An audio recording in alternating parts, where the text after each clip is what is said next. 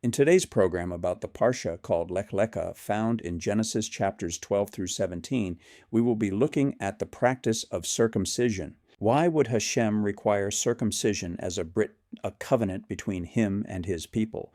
What's the significance of removing the foreskin or using the legal term surplusage of the male penis? What was the real intent and message being sent by doing this? These are the kind of questions that most people shy away from because it makes them uncomfortable, but discomfort is often where great truth hides. I will take us on a journey through this Sidra that examines the Brit Milah, the covenant of circumcision, on 5 separate levels of understanding. Level 1 is the simple, or Pishat, level. On the surface, Brit Milah is exactly what the Torah calls it.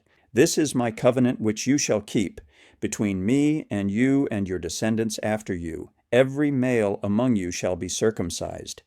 Genesis 17, verse 10. In ancient culture, covenants weren't symbolic handshakes. They were blood covenants. Something living had to bleed to seal an eternal pact. By circumcising himself, Abraham quite literally cut himself into the agreement with HaShem. The physical mark made the covenant permanent and personal. It was an outward token of an inward commitment. But why cut there of all places? Because unlike tefillin, HaShem didn't ask for a sign on the hand, arm, or forehead. The mark is on the organ of procreation, the instrument through which life continues. That's no accident. It means this covenant is not just with you, Abraham, it's with your seed forever. So the mark on the reproductive organ is both literal and symbolic.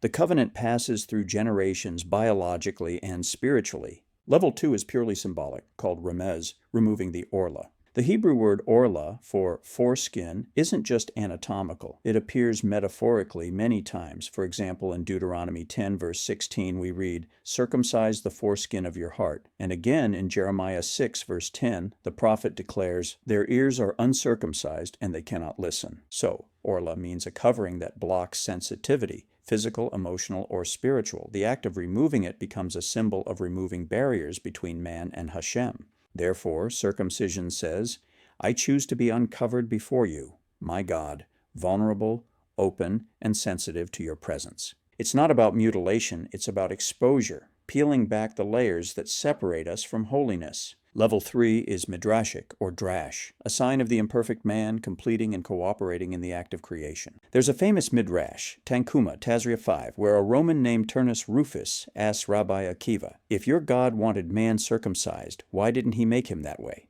Rabbi Akiva replied, "Because HaShem gave mitzvot to refine us," meaning HaShem intentionally made man incomplete in order to partner with him in perfecting creation, tikkun olam.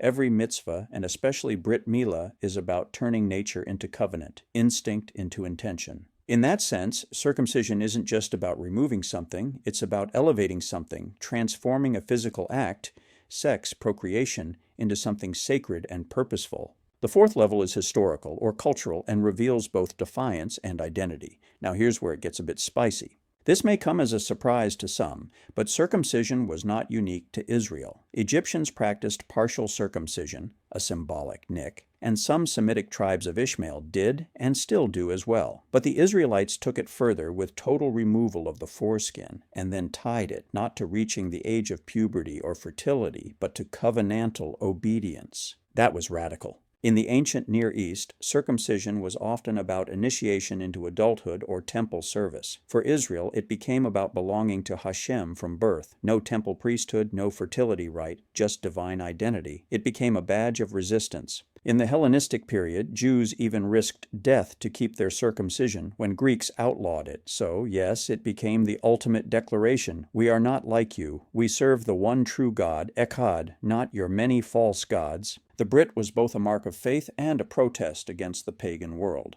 The 5th and final level for understanding Brit Milah is Sod, the mystical, a covenant of union and control. Kabbalistically, the organ of circumcision represents Yesod, the foundation, the channel through which divine energy flows from the higher Sephirot into the world through procreation, creativity, and covenant. Uncircumcised, that channel is blocked or coated, its energy spills chaotically. Think of lust, ego, domination, aggressive, abusive behavior. Circumcision disciplines the flow, aligns desire with holiness, and symbolizes mastery over the Yetzer Hara, the egoic or evil impulse. In this sense, Brit Mila is about transforming instinct into intention, raw life force into divine partnership. So what was and still is the real intent and message of Brit Mila, the covenant of circumcision? I can sum it up with one line. Circumcision is Jewish humanity's signature on HaShem's contract, written not with ink but with flesh, declaring that our creative power belongs to the source of all creation.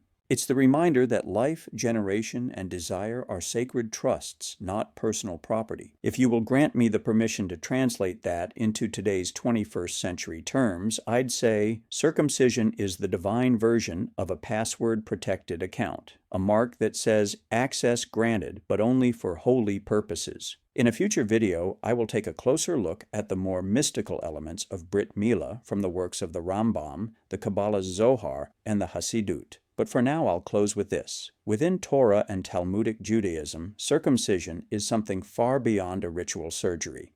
It is the opening up of the eternal neshama, the soul, to the flow of the divine to the human heart. Thank you for watching this video or reading the blog post. Please like, subscribe, and most importantly, share with others what you received here today. All my works can be found on Rumble, YouTube, Locals, Substack, and Blogger, as well as across various social media platforms. Remember, without your support in sharing and participating in the comments or by email, this work would not be as possible as it currently is. So thank you all very much from my heart. Until next time, this is Shmuel ben Shlomi wishing you Shabbat Shalom.